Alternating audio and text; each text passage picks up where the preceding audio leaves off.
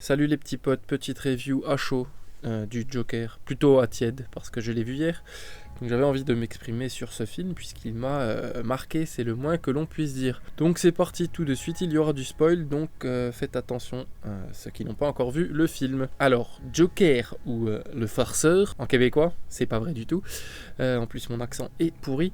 Film réalisé par Todd Phillips, qu'on n'attendait pas vraiment ici, puisque c'est lui qui a réalisé la trilogie Very Bad Trip et d'autres films comme War Dogs, des choses un peu plus comiques. Donc il nous prend un peu à revers avec ce film, mais c'est plutôt bienvenu, parce que c'est une réussite. Alors ensuite, comment ne pas parler du film sans évoquer la performance incroyable de Joaquin Phoenix qui s'est mis totalement dans les bottes du personnage. On a l'impression que c'est lui Joker. On a l'impression qu'il joue pas un rôle, on a l'impression que c'est presque une biographie du personnage de DC Comics. Tant la prestation est forte, tant les émotions, la frustration intérieure que le personnage a sont bien portées à l'écran par ce diable de Joaquin Phoenix. Et franchement, c'est un plaisir à regarder. Alors un plaisir un peu sadique parce que on parle quand même de folie ici, de maladie mentale, mais un plaisir tout de même pour les fans de cinéma et de comédie. Alors ce qui m'a vraiment marqué, c'est toute la dualité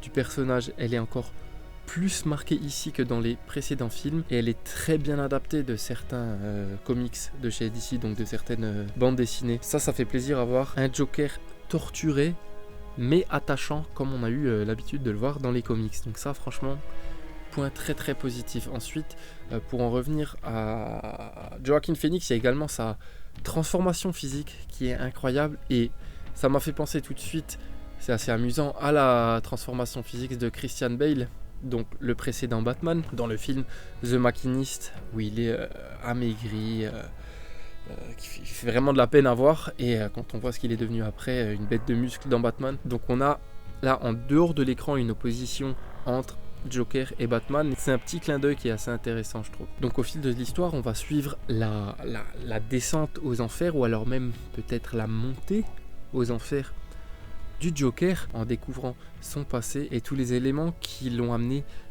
à péter un câble, à devenir fou et à créer justement ce personnage si emblématique, si symbolique, si charismatique. Et puis je l'ai déjà dit, mais ça le rend super attachant parce que le film est basé sur sa psychologie à lui. C'est une plongée dans la psychologie du Joker. Et donc on a vraiment l'impression d'apprendre à le connaître en détail, même s'il est toujours plein de surprises. Ce que j'ai trouvé assez intéressant aussi, alors ça c'est plutôt dans l'aspect technique, c'est que le film en français, il a été doublé jusque dans les textes qui apparaissent dans le film, donc in movie si on veut. Par exemple, les notes sur le carnet de notes du Joker sont en français. Et ça, j'ai trouvé assez ouf, quoi. Je sais pas s'ils ont retourné les scènes ou si c'est une technologie qu'ils ont employée pour simplement changer le texte avec un effet réaliste. Mais en tout cas, franchement, bravo. Bon, vu que là, on est dans la technique, on va y rester. On va parler d'image. C'est un peu le point faible du film, je trouve. Enfin, non, l'image est très bonne, mais il n'y a pas vraiment de prise de risque. Donc, comme on peut s'y attendre, c'est un film sombre. Donc on part sur des couleurs, sur de la luminosité faible et sur des couleurs assez froides. Mais en même temps, c'est vrai que je vois pas trop ce qu'ils auraient pu faire d'autre. Donc voilà, ça fait le travail, mais il n'y a pas vraiment de petite originalité. C'est un peu dommage, mais ça n'enlève rien à la qualité du film. Pour la bande son, c'est pareil, ça fait le boulot, c'est correct. On part sur des choses des années 70-80, du jazz, du blues, des choses comme ça. Voilà, ça match avec l'univers, avec l'ambiance qui régnait aux États-Unis de cette époque-là. Donc franchement, ça fait le boulot. Et parfois, il y a des scènes aussi un peu ironiques où tu as une musique super joviale sur des images assez sombres, un peu comme on peut le voir dans le Gardien de la Galaxie 2, je crois, dans la scène d'ouverture, où tu as une musique super entraînante et que derrière, tu as une grosse tuerie. Donc ça, c'est assez drôle et ça renforce encore plus, cette fois-ci par la forme, la dualité qui règne dans tout le film. En fait, dualité, je pense que c'est le fil rouge du film, vous voyez. C'est le blanc contre le noir, le bien contre le mal. C'est un film assez binaire en fait. Enfin, c'est un film binaire, mais il y a quand même une zone d'ombre et c'est ça qui en fait tout son charme, vous voyez. Et cette zone d'ombre, je pense qu'elle est laissée à l'interprétation du spectateur. Et puis je pense que c'est aussi ça qui fait des grands films. Ah oui, et j'ai oublié de dire aussi, pour le doublage, les rires du Joker, je ferai pas l'affront de les refaire ici parce que ça va être de la merde. mais ils sont incroyables. Alors je sais pas s'ils ont été redoublés en français ou pas, mais quand on voit le Joker rigoler, on arrive vraiment à visualiser, vous voyez les onomatopées ha ha ha ha qu'on retrouve dans les comics, dans les jeux vidéo, les dessins animés et tout ça. Donc franchement, c'est à nouveau là, la performance, elle est incroyable. Ce qui est intéressant aussi, c'est le titre. Alors ils l'ont appelé Joker, tout court, sans pronom. Donc pas le Joker ou The Joker. Et ça, je trouve que c'est intéressant parce que Joker, ça en fait donc une entité et pas simplement un personnage. Alors déjà, ça fait sens avec toutes les biographies fictives du personnage qu'on peut trouver dans les comics et les autres films. Mais ça fait sens aussi dans la mesure où n'importe quel être peut se voir à travers le Joker. Comme le Joker le dit dans la scène finale où il passe sur le plateau télé, que n'importe quel être qui se sent abandonné par la société peut ressentir les mêmes émotions. Et ça, je trouve que c'est assez intéressant, ce choix de titre de film là. Et j'en profite encore pour parler de cette scène finale où il passe à la télé sur le plateau de Murray Franklin. Je crois que c'est ça, ouais.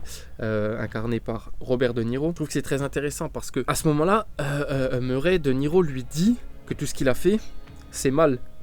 Et puis, il condamne ses actes. Et donc, à nouveau, on a cette dualité parce que on aurait pu penser tout le long du film, si on est un peu, je sais pas, au perché, que tout ce que le Joker fait est excusé par son passé très difficile. Mais finalement, cette intervention du présentateur, elle vient mettre les points sur les i pour justement montrer que non, ce n'est pas bien. Et ça me fait penser aux critiques qu'avait subi là très récemment Dragon Ball, où des féministes avaient dit que c'était un manga sexiste parce que par exemple le Tortue Génial matait sous les jupes des filles. Sauf que ce qu'elles oublient de mentionner, c'est que il est condamné, il est puni dans le manga pour faire ça. Ici c'est pareil, il y a un intervenant extérieur qui vient mettre le Joker face à sa vérité, c'est que ce qu'il fait, c'est mal. Alors là encore une fois, c'est soumis à l'interprétation du public, mais je pense que quand on a un minimum de bon sens, on le sait que c'est mal.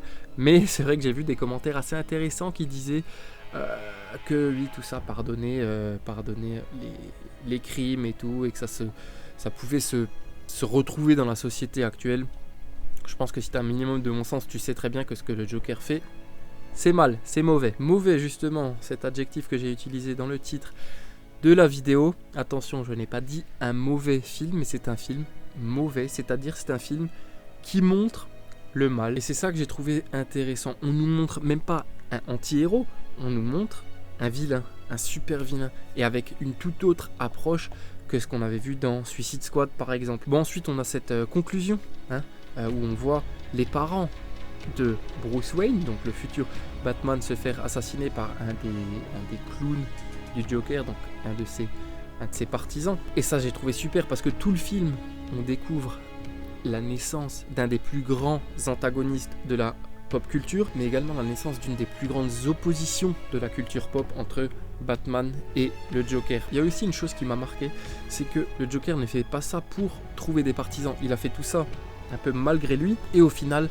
ça a fédéré les foules. Alors certes, pas vraiment pour la bonne cause, mais il se retrouve dans cette situation, à cette place, il est vraiment mis sur un piédestal par tous ses partisans à la fin du film, malgré lui. Et puis ça, je trouve intéressant parce qu'il a vraiment en fait suivi sa voie sans se soucier des autres. Alors suivi ou subi, à vous de voir, mais rien n'était calculé. Et ça montre encore un aspect de sa folie et du manque de contrôle qu'il avait sur la situation. Alors un des petits défauts, c'est qu'il n'y a pas vraiment de trame principale en fait. Mais c'est un récit qui n'est pas vraiment conventionnel. Donc au final, ça gêne pas. Mais c'est pas du tout un récit classique, intro, éléments perturbateurs, péripéties, conclusion. J'ai vu aussi quelques critiques qui disaient que le film manquait d'action. Alors, c'est vrai qu'il manque d'action, mais c'est pas un film d'action, tout simplement. Mais je trouve justement que ce manque d'action renforce encore plus le drame, la violence des scènes où il y a de l'action. Et ça, c'est un vrai point fort. Parce que les scènes de violence, attention quand même. Alors, c'est pas du gore, c'est pas de la torture, mais c'est de la violence ultra réaliste. Et c'est ça qui est assez perturbant, je trouve. Alors, je viens de dire que c'était pas vraiment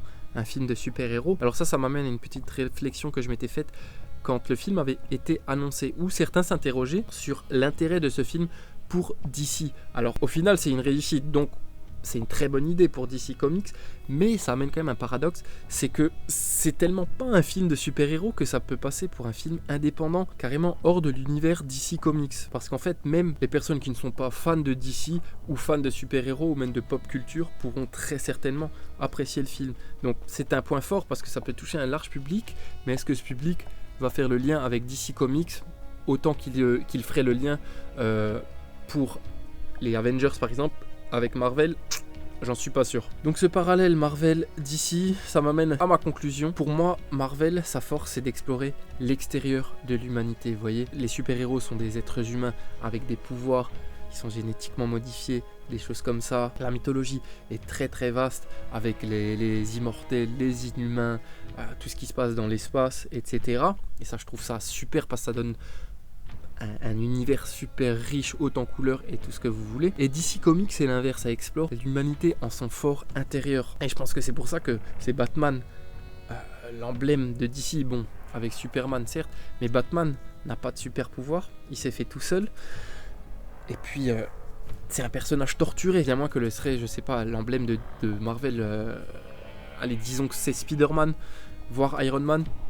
C'est des personnages bien moins torturés, alors qu'Iron Man est à peu près l'équivalent de Batman si on compare en termes de pouvoir, d'équipement, de background et tout ça. Et ça fait des années que je me dis que DC, pour percer au cinéma, ils doivent suivre cette voie. Ils feront jamais mieux que le MCU. Donc DC, faites ce que vous avez toujours su faire. Des personnages à plusieurs facettes, des personnages torturés avec des psychologies, des personnalités intéressantes. Et je pense honnêtement que le succès sera au rendez-vous comme on a pu le voir ici pour le Joker. Alors est-ce qu'il y aura une suite? Aucune idée. Est-ce que la suite est nécessaire? Je sais pas, parce que ça peut même servir de préquel un peu à la Batman Begins, mais au final pas tellement, parce que Batman Begins c'est un film de super-héros et un film d'action, ce que n'est absolument pas Joker. Donc on verra. En tout cas, encore une fois, super performance de l'acteur, du réalisateur également. Un vrai régal, foncez voir le film. Que vous soyez fan ou pas du personnage, vous en aurez clairement pour votre argent. Donc voilà, si vous avez des choses à dire, n'hésitez pas à le dire dans les commentaires de la vidéo. Et puis, on se dit à très bientôt. Gros bisous.